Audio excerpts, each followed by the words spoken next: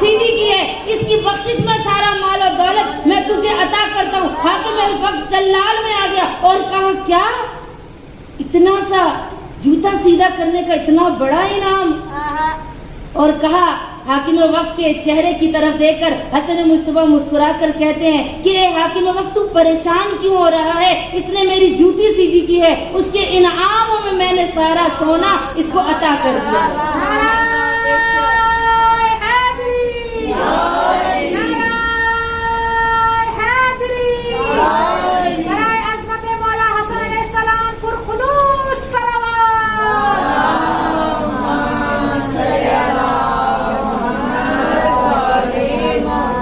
تو عزیزان گرامی کہا اے فرعون شام، تو وقت پر بیٹھا ہے، تو تخت پر بیٹھا ہے، لیکن یاد رکھ ہم اہل بیت چاہیں تو جو مانگتے ہیں اللہ ہمیں عطا کرتا ہے۔ تو بھول گیا ہے کہ تو نے کس کو مقابلے میں بلایا ہے۔ اب حاکم وقت خاموش ہو گیا۔ تو یاد رکھے مومنات، یہ کریم اتنے ابن کریم ہے کہ ان کا دسترخوان تو اس وقت مدینہ میں مشہور تھا کہ جب لوگ فقیر نئے نئے مسلمان ہوئے تھے، مال خدیجہ کھا کھا کر مسلمان ہوئے تھے، چہروں میں تو مسلمانی تھی لیکن اندر ان کے لہجوں میں منافقت تھی۔ جو مال خدیجہ کھا کر مسلمان ہو گئے تھے ان کے لیے بھی جناب حسن مصطفیٰ مدینہ میں دسترخوان لگاتے تھے۔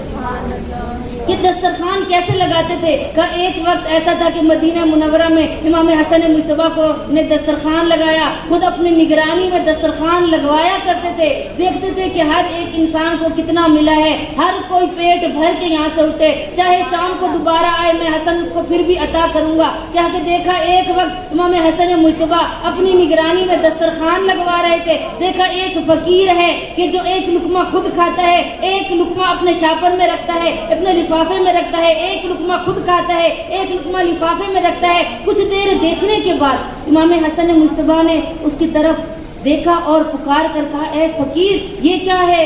جتنا کھانا ہے کھا لو، شام کو دوبارہ آ جانا۔ حسن کا دسترخوان شام کو بھی لگتا ہے، شام کو دوبارہ آ جانا۔ فقیر کہتا ہے کہ نہیں، میں شام کو آ تو جاؤں گا، ایک لقمہ خود اس لیے کھا رہا ہوں کہ اپنے شکم کو بھر لوں، اور دوسرا لقمہ لفافے میں اس لیے رکھ رہا ہوں کہ مدینے سے باہر باغ میں ایک شخص کو دیکھ کر آیا ہوں کہ جو مزدوری کر رہا ہے، گرمی کا موسم میں مزدوری کر رہا ہے، اور میں نے اس کے پاس جا کر کہا تھا کہ خدا کے نام پر مجھے کچھ کھانے کو دے دے، تو اس نے اپنا پارچہ کھولا تو اس میں نے کیا دیکھا کہ جو کی خشک روٹی ہے کہ جو میں خود چبا نہیں سکتا تھا، وہ خود بھی چبا نہیں سکتا، اتنی سخت تھی۔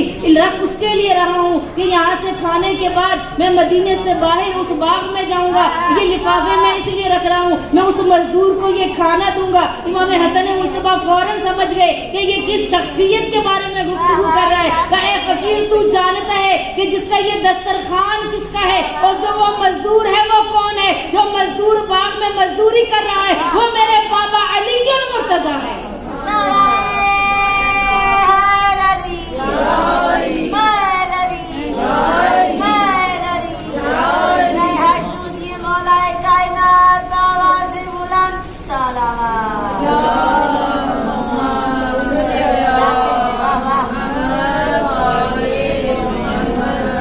یعنی یہ سخی ابن سخی ہے، یہ گھرانہ کریم ابن کریم ہے۔ کریم کسے کہتے ہیں؟ جو خود کھائے نہ کھائے لیکن دوسروں کو اپنے دسترخوان سے سرفراز کرتا جائے، اس ہستی کو حسن مصطفیٰ کہتے ہیں۔ سمجھیے کہ نام جان لینا اور ہے لیکن اہل بیت کو پہچاننا ضرور ہے۔ نام جاننے سے شخصیت نہیں پہچانی جا سکتی، نام جان لینے سے کچھ نہیں ہوتا۔ آج ہمارے علاقوں میں کیا ہوتا ہے کہ ہم کسی امام کی، کسی معصوم کی ولادت کو منانے کے لیے کیا کرتے ہیں کہ جیسے ہمارے بچہ متولد ہوتا ہے ہم اس کی برتھ ڈے مناتے ہیں، کیک مٹایا اور کیک منگوانے کے بعد چند لوگوں کو اکٹھا کیا اور تالیاں بجانے کے بعد جی بس رخصت کر دیا۔ آج ہم اہل بیت کی ولادت کو اسی انداز میں منا رہے ہیں۔ کیوں؟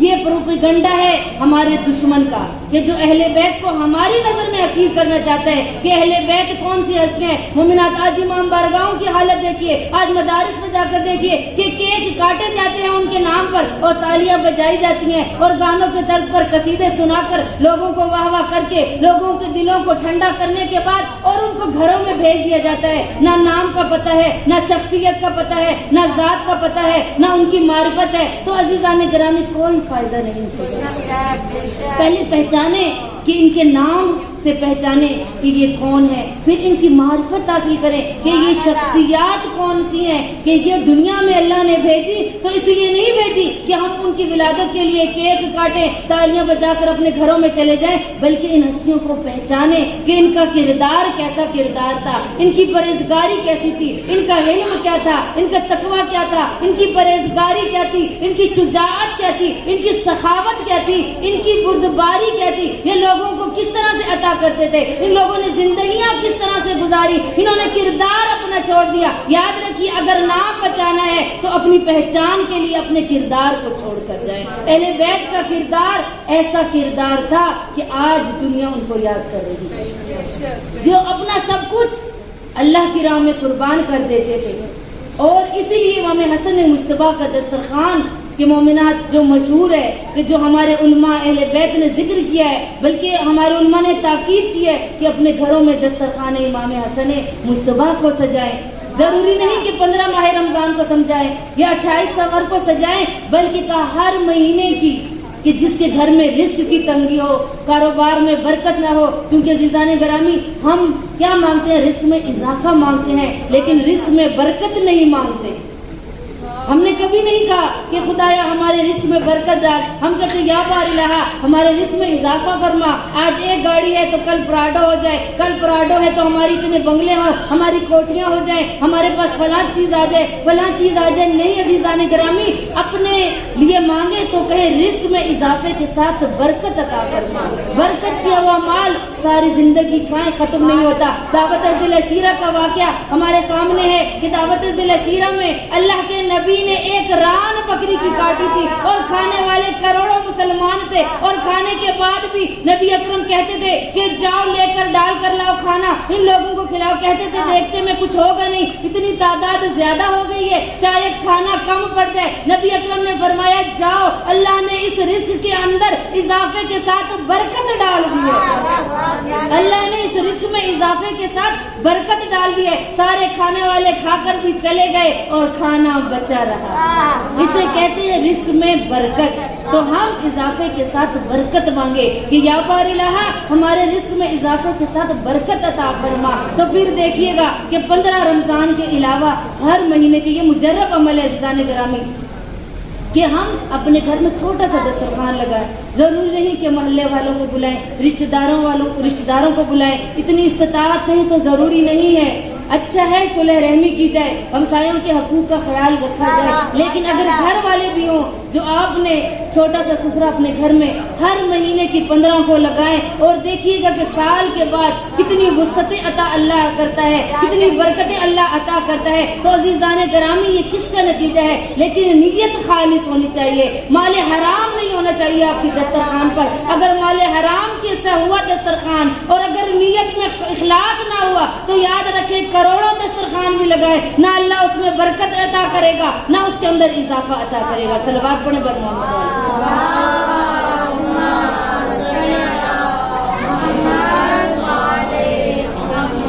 تو عزیزان گرامی ایک نقطہ اور آپ کی ذہنات کو تمام کروں گی کہ وہ ہے تربیت کے حوالے سے, کیونکہ امام حسن مجتبیٰ کا دسترخوان کا ذکر کیا جائے, مولا کے فضائل کا ذکر کیا جائے. ہو نہیں سکتا کہ سیدہ کی تربیت کا ذکر نہ کیا جائے کہ میری آقا زادی نے, کہ عید کا موقع تھا اور میری آقا زادی نے کہا کہ میرے بیٹوں کہ تمہارے لباس درزی کے پاس ہے. جناب سیدہ کی زبان سے نکلے ہوئے جملے ویسے تو جھوٹ بولنا جائز نہیں ہے, لیکن سیدہ نے کیا کہا نہ کوئی لباس لیے گئے تھے, نہ ہی کوئی لباس درزی کے پاس تھا. روایت بتاتی ہے نہ لباس خریدا گیا تھا, نہ ہی درزی کے پاس تھا, لیکن چونکہ سیدہ کی زبان سے نکلے ہوئے جملے اللہ کو عید کے موقع پر اس قدر پسند آئے, فوراً کہا جبرائیل, کہا جی رب جلیل, کہا فوراً در زہرا پر لے جانا اور وہاں جا کر نہ کہنا کہ میں جبرائیل ہوں، بلکہ کہنا انا خیاط الحسنین، میں حسنین کا درزی بن کر آیا ہوں۔ دونوں بچوں کو جوانان جنت کو لباس جو جنت کے مل گئے۔ اب کیا ہوا جب بچے سج گئے،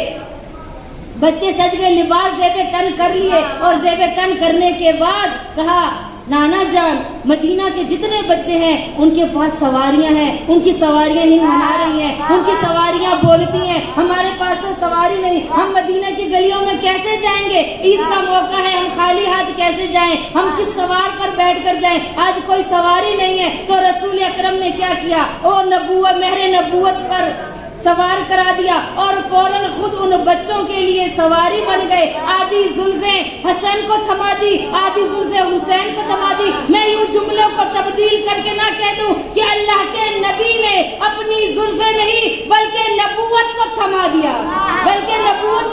دیا، اعتبار اتنا کامل تھا، خصوصیت اتنی کامل تھی، اللہ کے نبی کو یقین تھا کہ آج میرے نواسوں کے ہاتھوں میں میری زلفیں نہیں بلکہ نبوت ہے۔ اب یہ جس قدر جہاں چلائیں گے اب نبوت وہاں چلے گی۔ حسنین نے کیا کیا؟ کہا نانا جان آپ ہماری سواری تو بن گئے لیکن لوگ بچوں کی سواریاں بول رہی ہیں، ہماری سواری خاموش ہے، ہماری سواری بولے گی نہیں، تو کیسے پتا چلے گا کہ ہم سوار ہو چکے ہیں؟ اس وقت رسول اکرم نے کیا کیا؟ زبان وحی سے دھلی ہوئی زبان سے مخاطب کر کے کہا ان الحسن والحسین سید الشباب اہل الجنہ، پھر کہا حسین منی وانا من الحسین، پھر کبھی کہا کہ یہ دونوں جوانان جنت کے سردار ہیں، کبھی کہا حسن مجھ سے ہے، کبھی کہا حسین مجھ سے ہے۔ کہا اگر حسن نے صلح کر لی تو سمجھ لینا رسول نے صلح کی ہے، اگر حسین نے قیام کر لیا تو سمجھ لینا کہ رسول نے قیام کیا ہے۔ اب دنیا والے دیکھ رہے تھے کہ دنیا کی سواریاں کوئی ہی منا رہی تھی، کوئی کسی انداز میں بول رہی تھی، اب رسول بولے تو اپنے سواروں کی تعریف کرنا شروع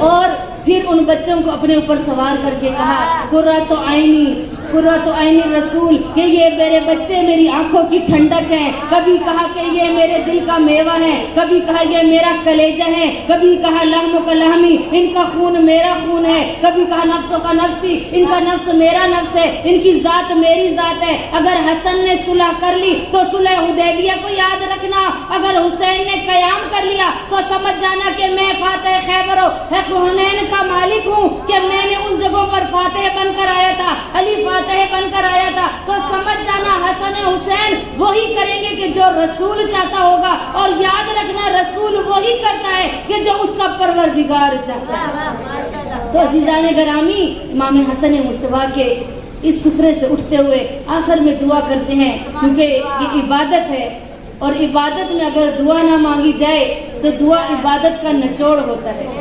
اللہ فرماتا ہے کہ جو بھی دسترخوان سے اٹھ کر، یعنی جو بھی عبادت سے اٹھ کر چلا جائے، دعا نہ مانگے، اللہ فوراً فرشتوں سے کہتا ہے کہ جاؤ میرے بندوں کی نماز کو ان کے منہ پر مارو، ان کی عبادت کو ان کے منہ پر مارو۔ کیوں یا بار الہ؟ اس لیے یہ بندہ اتنا بے نیاز ہے، اسے مجھ سے کوئی چیز طلب نہیں ہے، تو یا بار الہ سب ہاتھوں کو بلند کرے، یا بار الہ محمد آل محمد کا واسطہ، امام حسن مصطفیٰ کے وسیع دسترخوان کا واسطہ، یا بار الہ شب ولادت آ رہی، یا بار الہ ہم سب کے گھروں میں رزق میں اضافہ فرما، ہمارے گھروں کے رزق میں برکت عطا فرما۔